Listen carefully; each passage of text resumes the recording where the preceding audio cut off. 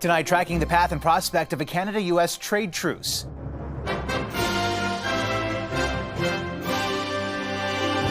What we are learning about the progress. All the indications are that we could move to a very positive agreement. And the likelihood of a deal ahead of next week's pivotal G7. The contention over Canada's growing summit guest list. Why are we inviting Modi and MBS? What Saskatchewan's premier is promising after the backlash to the province's response to wildfires. There are bottlenecks in the systems that we have to support those families. And how a Manitoba senior saved his 19 grandchildren from the flames. My heart, my mind was in great stress. McIntosh to the finish, and it is! She destroys it again! Plus, we'll tell you which world record Summer McIntosh smashed yet again.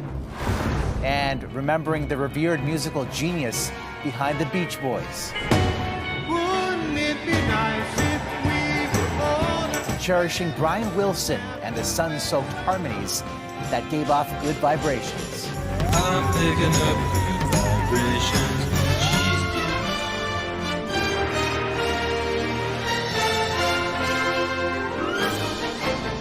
CTV National News with Omar Sachedina. Good evening. We begin tonight with a positive sign of a potential thaw in a bitter trade war. CTV News has learned that Canada and the United States have intensified talks for an economic and security deal, and that a preliminary framework is now in place. CTV's chief political correspondent Vashi Kapelos joins me now. And Vashi, public details about that framework are vague, but what are your sources telling you about how close the countries are to a deal? Hi, Omar. It's a little more difficult this week than it was last week to get an answer from my sources, who last week were saying we could be 24 to 72 hours away from a deal. This week, those talks are still going on behind the scenes, but they are a little less certain given all the domestic factors in the U.S., plus the prospect of a trade deal with China for Donald Trump, about how certain a deal with Canada is. They had thought perhaps ahead of the G7 an announcement could have been made. Now they're not quite as willing to go all the way there. I think the biggest sticking point in such a framework that has been changing hands between the two parties, certainly for Canada, is around steel and aluminum tariffs. Canada wants to see those gone or at least greatly reduced. Right now, they're waiting on an answer from President Trump. Omar? All right, Vashi, thank you. And speaking of that U.S.-China deal, the U.S. president declared today a framework has been struck between the two countries. The truce giving the U.S. access to China's rare earth minerals. Separately of this deal, and when it comes to this deal, we're going back to the terms that were agreed upon in Geneva for the release of some of those critical minerals and the magnets from China to the United States.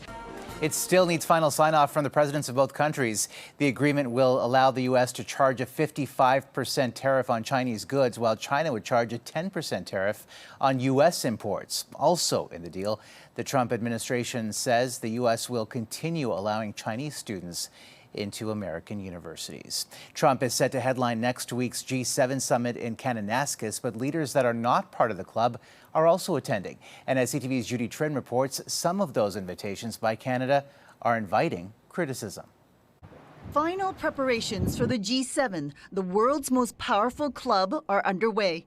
Prime Minister Mark Carney is opening the summit doors wider. Why are we inviting Modi and MBS to the G7 in Kananaskis, sir? The expanded invitation list is dividing the Liberal caucus. In particular, invites to Saudi Arabia and India. Narendra Modi is attending, even though the RCMP has linked his government to the killing of a Sikh Canadian activist in 2023. There is a credible evidence that agents of Indian government are involved in the assassination of a Canadian citizen on Canadian soil.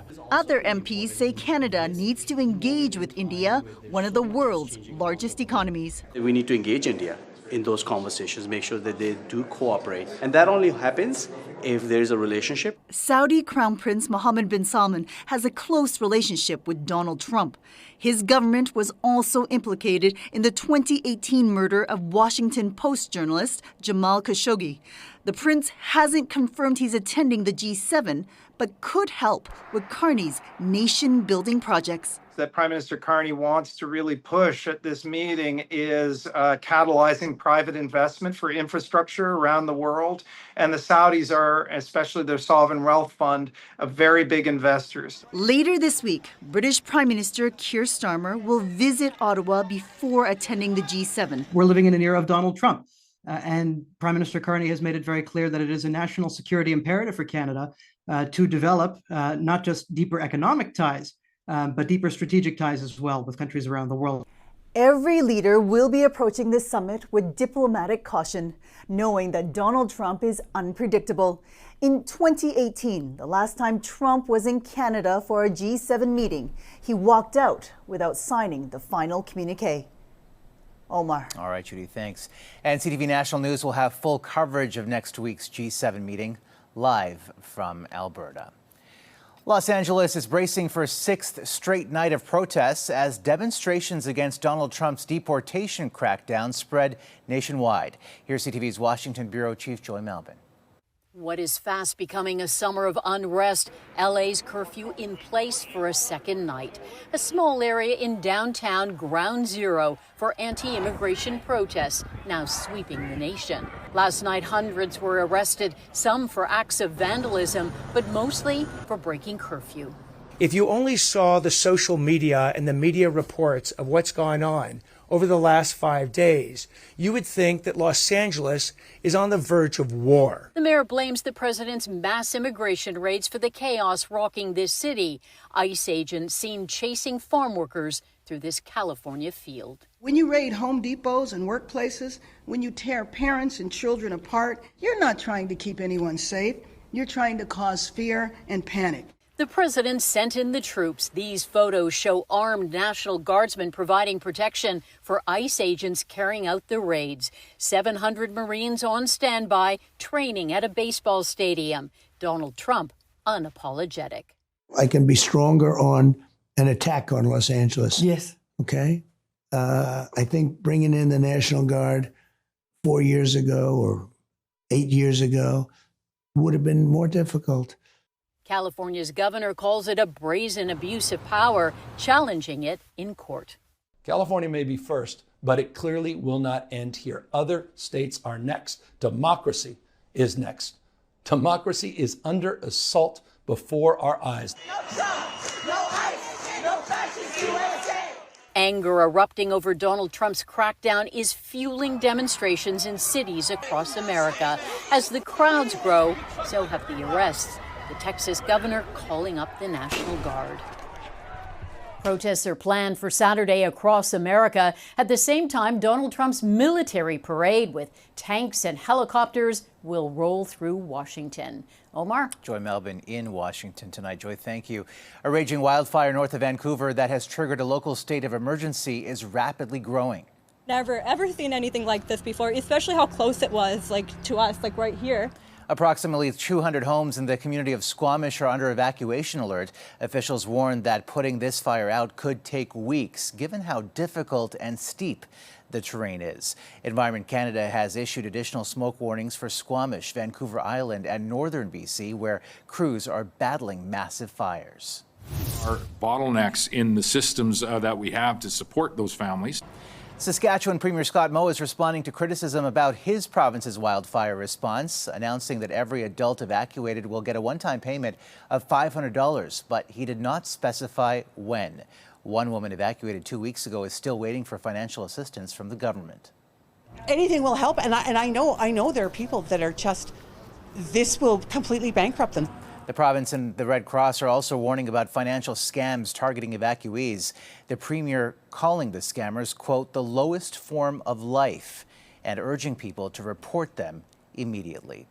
In Manitoba, the wildfire threat also continues as more stories are emerging about harrowing escapes. CTV's Alex Karpa with the story of an elder and how many of his grandchildren he saved. This Natalia, she's I think she's 1.5 years old. Raymond Robinson sits with his granddaughter in a Winnipeg hotel room. They have been staying here for almost 2 weeks now. You can't even really walk anywhere. Robinson is from Cross Lake in northern Manitoba. He was forced to evacuate due to ongoing wildfires near his community. He didn't just have to get himself out, but he was also responsible for getting his 19 grandchildren to safety. My heart, my mind was in great stress because of my grandchildren. It was quite the journey. They waited over 8 hours to catch a ferry to Norway House. This community south of Cross Lake was their only way out, as the airport was closed due to the heavy smoke. To me, it was the scariest moment I will experience. Once in Norway House, they were able to fly to Winnipeg on a military Hercules plane. All in all, a journey that usually takes just over an hour by flight ended up taking 2 days. We didn't bring any clothes with us. He says his family is still trying to come to terms with what they are dealing with right now, and to make matters worse, there isn't enough space in the hotel. I don't even sleep here, so there's no room. Robinson and his family are just one example of the thousands of unplanned evacuation journeys. To date, over 21,000 people have registered with the Red Cross, taking shelter throughout Manitoba and in other provinces. Manitoba's largest fire is burning in the Flin Flon Sheridan region, but there is some good news. Re-entry plans for residents of Cranberry Portage, just southeast of Flin Flon, will begin over the weekend. As for Robinson, he is slowly getting used to the accommodations in Winnipeg, but hopes his family, like others across the province, can return home sooner rather than later. Alex Carpa, CTV News, Winnipeg. Provincial and municipal police agencies across the country have joined the investigation into the mysterious disappearance of 2 young siblings in rural Nova Scotia. The Truth Verification Unit is engaged. There's multiple facets to those investigations, and those experts are examining every question and answer. The Mounties are tight-lipped about how many people have taken polygraph tests out of the 54 people interviewed. Police say they have collected hundreds of hours of video and nearly 500 tips since Lily and Jake Sullivan went missing. They were last spotted in public with family on May 1st. The man who was once one of the most powerful figures in Hollywood, Harvey Weinstein, has been convicted of sexual assault in the retrial of his landmark Me Too case. His victim, who had to testify again, describes even being able to do that as a small victory.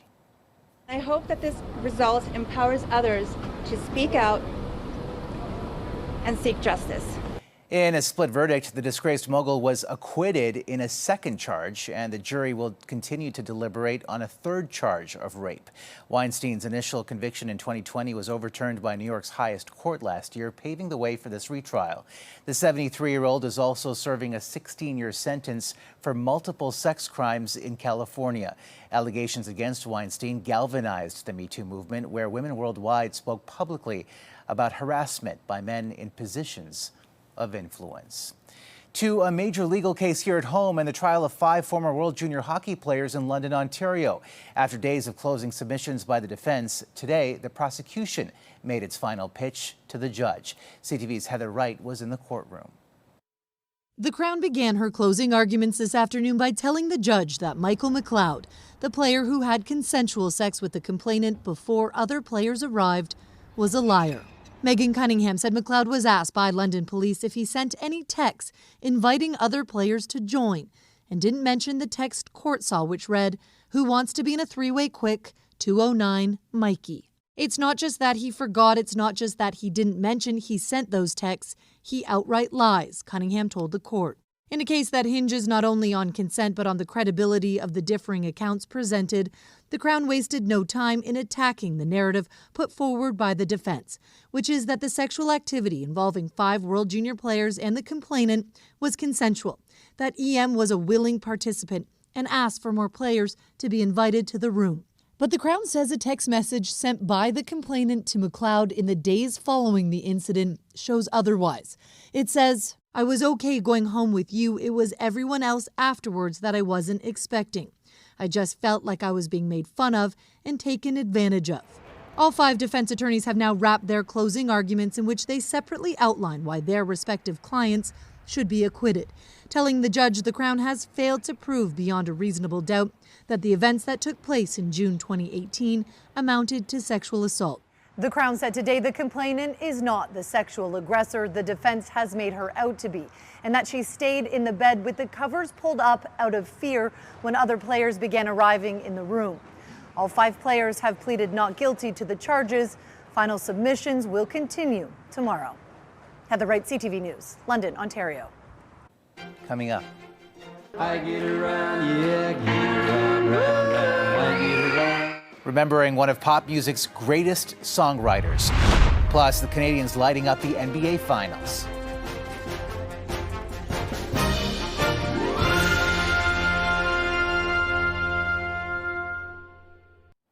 Canadian swimming sensation Summer McIntosh has done it again. She is reaching hard to the wall. McIntosh to the finish, and it is. She destroys it again.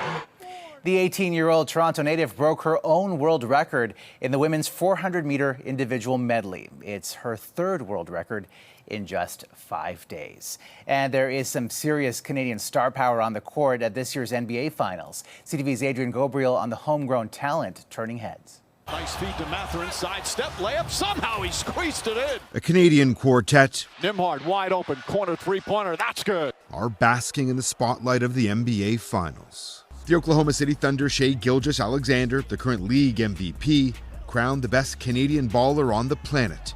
And another rising star in the finals, the Indiana Pacers' Andrew Nembhard. He was starting to get a nickname, Playoff Andrew. But he always keeps an even keel. That's his superpower. You know, he never gets too high, never gets too low. Traced back to this public high school hardcourt north of Toronto, his basketball coach at the time, Gus Gymnopoulos, recalls the moment in Canadian hoops history. Good job. I remember him as a ninth grader dominating grade 12 and 13-year-old players in the York Region Finals. Huda Nalea, formerly known as Vaughan Secondary School, is located in a quiet southern Ontario suburb. The basketball program here has spawned the likes of NBA champion Andrew Wiggins, Nickeil Alexander-Walker, and now Nembhard. You have these young stars come through your program. When you identify them and you see them, how do you help nurture them along their basketball journey? If you keep it fun and they're able to enjoy the experience of playing basketball, I think that's what propels them for a long career. Gymnopoulos points to Nembhard's upbringing as a key to the 25-year-old's ascension. His family have been taking in the finals, while at times in disbelief. I mean, getting here is monumental. To get here in his third year, it's a big deal. And I'm still pinching myself, you know, just kind of soaking it in. I just got a call from Andrew.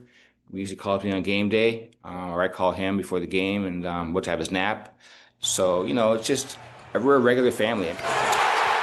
There may be another Nembhard joining Andrew making noise in the NBA. His brother Ryan is another Canadian prospect on the rise who's hoping to be selected at the upcoming NBA draft. Adrian Gabriel, CTV News, Toronto. Still ahead. Do you have something that you would like to talk about? The man on a mission to listen to Canadians.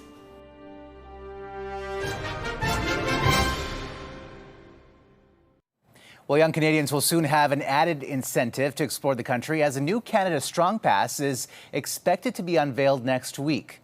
The pass, which will be available as of June 20th till the end of August, gives those 18 and under free seats on Via Rail when they're traveling with their parents, free access to Canada's national galleries and museums, and discounted access to 18 to 24-year-olds. In a country as vast as ours, it could sometimes be challenging to make sure people stay connected. But a Nova Scotia man is on a solo cross-Canada mission to make sure people feel heard. CTV's Sarah Plowman caught up with him on his listening tour. Not far from the offices in downtown Moncton, Paul Jenkinson sets up his own. An office with more than an open-door policy. It's wide open to anyone. Do you have something that you would like to talk about? Linda alone does. She's new to Canada and is stressed about finding a job to support her child. It's just I need to earn money. Jenkinson, a retired social worker, offers a resource that's rare these days, his full attention. And it's an honorable thing you're doing. It's like, who knows how it's going to work out, right? But you're coming with a good heart and skill. The tears are not unusual because people are sitting on a lot of worry and sorrow. Some stop by with questions, others with thanks. We're all fighting this battle of we need somebody in our lives. As he hears highlights and heartbreak, he draws from professional and personal experience. His daughter was killed in a motorcycle crash 18 years ago. This space, he hopes, is one where people will feel no shame, but feel heard. I hope that they realize that they're good people, that they're not flawed, they're not terrible, they're not a failure. And for one person, doubts have turned to hope. I feel better now because I talked with someone and it's good. One connection between strangers. Thank you. All right. Yeah, thank you. Nice. Right. Sarah Plowman, CTV News, Moncton. Sometimes that's all you need. Beautiful idea. Still ahead. Remembering the musical genius who sent good vibrations even as he struggled with his own obstacles.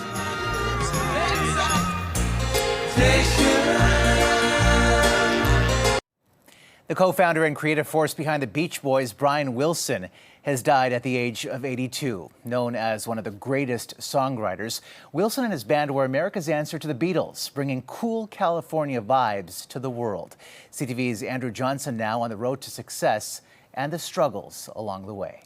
Here are the Beach Boys. Their Southern California sound defined a generation. Brian Wilson wrote the music and led the group, at least in the early years. He co-founded the Beach Boys in the early 1960s with his brothers, their cousin, and a friend. Wilson has been described as a visionary, a musical genius, serving up unforgettable harmonies and arrangements. I think Brian was the most talented musician in pop music of the 20th century, if we had to pick one, just in terms of being innately gifted. His creative prowess peaked on the legendary 1966 album Pet Sounds. But soon after, Wilson went into a tailspin. For years, he dealt with mental illness and drug abuse, spending much of the 1970s a recluse. I was confined in my bedroom. I was able to get a hold of all these drugs, and they messed me up. They messed my mind up. A period also chronicled in a famous tribute from the Bare Naked Ladies. Lying in bed, just like Brian Wilson did. His later years were productive. Wilson released a number of solo albums and reunited with the Beach Boys for a successful 50th anniversary tour. I'm at peace because I can write songs, and songs make me feel peaceful. In 2024, it was revealed he was diagnosed with dementia. Today, Brian Wilson's family posted this picture of him announcing his death, saying they are heartbroken and at a loss for words. God only knows what I'd be without you. Brian Wilson was 82. Andrew Johnson, CTV News. Just an amazing talent. That's a snapshot of this Wednesday. Todd Vanderheyden is here tomorrow. For all of us at CTV National News, thank you for watching and good night.